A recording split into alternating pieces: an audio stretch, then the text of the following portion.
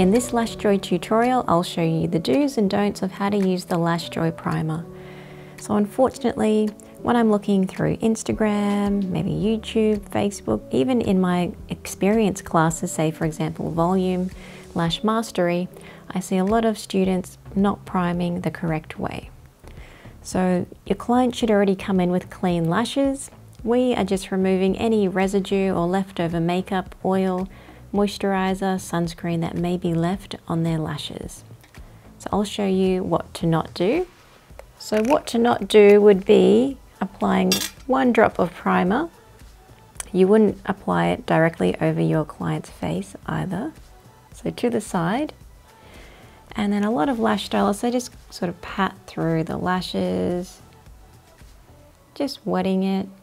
Yes, that'll make your adhesive set a little bit quicker, but you're not really going to be getting rid of any residue or leftover makeup if you do it like that.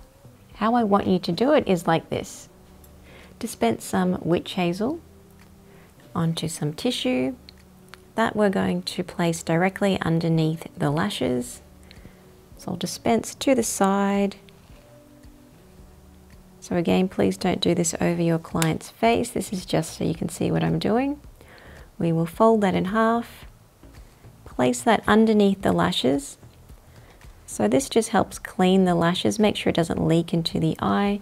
The tissue also helps prevent any primer from directly going in the eye, as it will suck up any excess primer from your applicator. So we want 2 drops of primer on your lip gloss wand.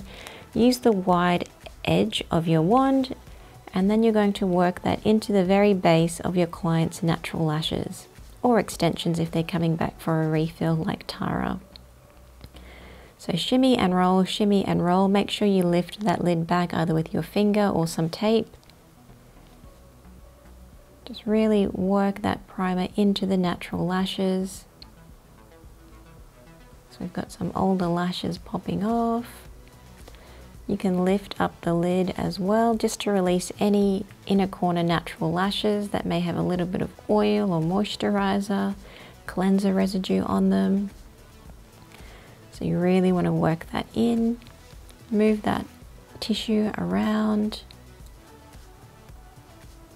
And it's always best to do this step with eye pads underneath.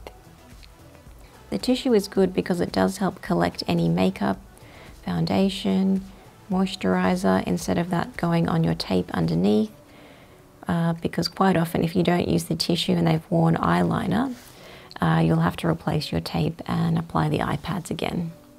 So that's how you use the LashJoy primer for long-lasting retention, because remember, the cleaner your client's natural lashes are, the longer your extensions will last.